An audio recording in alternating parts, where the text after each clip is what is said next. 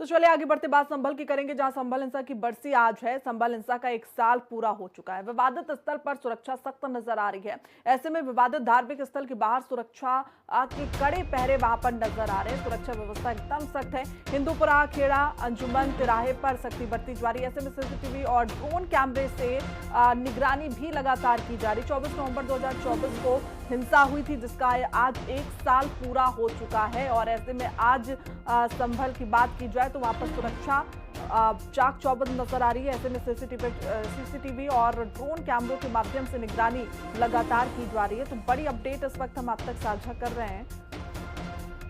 तो संभल हिंसा का 1 साल फिलहाल पूरा हो चुका है। विवादित स्थल पर सुरक्षा फिलहाल अब और ज्यादा आज के दिन हम कह सकते हैं सख्त नजर आ रही है। तमाम पुलिसकर्मियों की वहां पर तैनाती की गई है।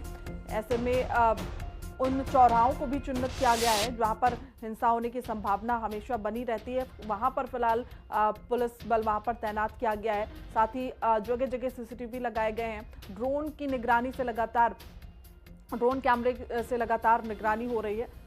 तो तस्वीरें भी हम आपको दिखा रहे हैं, जहां देखिए किस तरीके से अब सुरक्षा व्यवस्था संभल की कड़ी कर दी गई है। तो संभल हिंसा का 1 साल पूरा हो चुका है, यानी कि संभल हिंसा की बरसी है आज।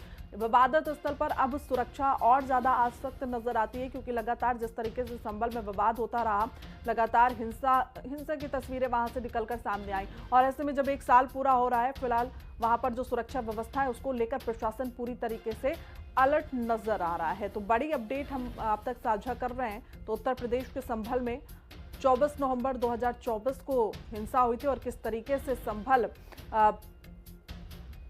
हिंसा की आग में जला, किस तरीके से वो स्थल पूरा विवादित रहा। तस्वीरें हमने देखी थी 1 साल पहले और अब आज 1 साल हो चुका है। ऐसी कोई भी दोबारा से किसी प्रकार की चूक ना हो, उसको लेकर प्रशासन पूरी तरीके से अलर्ट नजर आ रहा है। तस्वीरें फिलहाल हम आपको दिखा रहे हैं, जहां लगातार देखिए सुरक्षा व्यवस्था के कड़े इंतजाम किए गए हैं।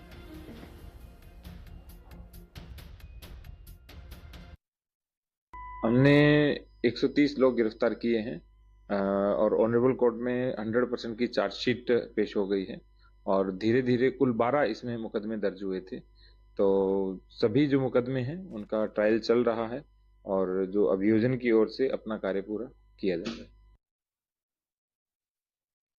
24 नवंबर को ही हिंसा के बाद में तुरंत पुलिस के द्वारा धरपकड़ की गई, लेकिन ये पता चला कि कई सैकड़ों लोग जो हैं वो जनपद की सीमा क्रॉस करके बाहर निकल गए।